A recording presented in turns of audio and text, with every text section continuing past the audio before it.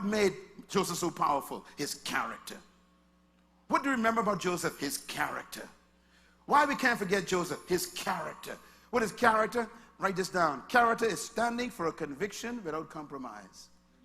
In other words, character is believing in something so strongly that you would rather suffer in order to keep it than to give in to pleasure. This is why we call it the moral force of character. I say, this is for all of our leaders today. You know, Mr. Mandela was above politics. So was people like Mahatma Gandhi. He was also a lawyer. And here's what Mahatma Gandhi said. He says, what will destroy us is politics without principles, pleasure without conscience, wealth without work, knowledge without character, business without morality, science without humanity, and worship without sacrifice. In other words, he was telling us, stand for something. Do not submit to the pressure. This is Myles Munroe. This ain't Mahatma Gandhi anymore. Here, this is Myles Munroe. Leadership is about what? Service. Leadership is not about power. It's about empowering people. Leadership is not about manipulation. It's about inspiration. Leadership is not about people trying to find people to follow you. It's about purpose that drives you to sacrifice for people. Leadership is not about doing something. It's about becoming something.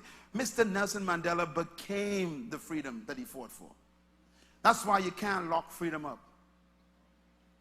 He said in one of his writings, his book, he says, in jail I was free.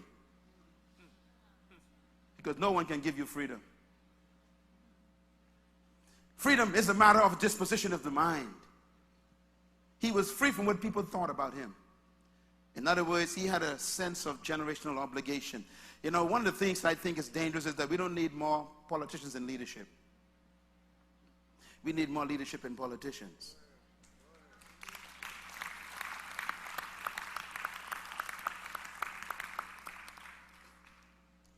Do not confuse politicians with leaders. Mr. Nelson Mandela was not a politician. And he was very smart, not a very sharp guy, but he was about politics. He was deeper than politics. He was a leader. Why? Write this down. Politicians are concerned about the next election. Leaders are concerned about the next generation.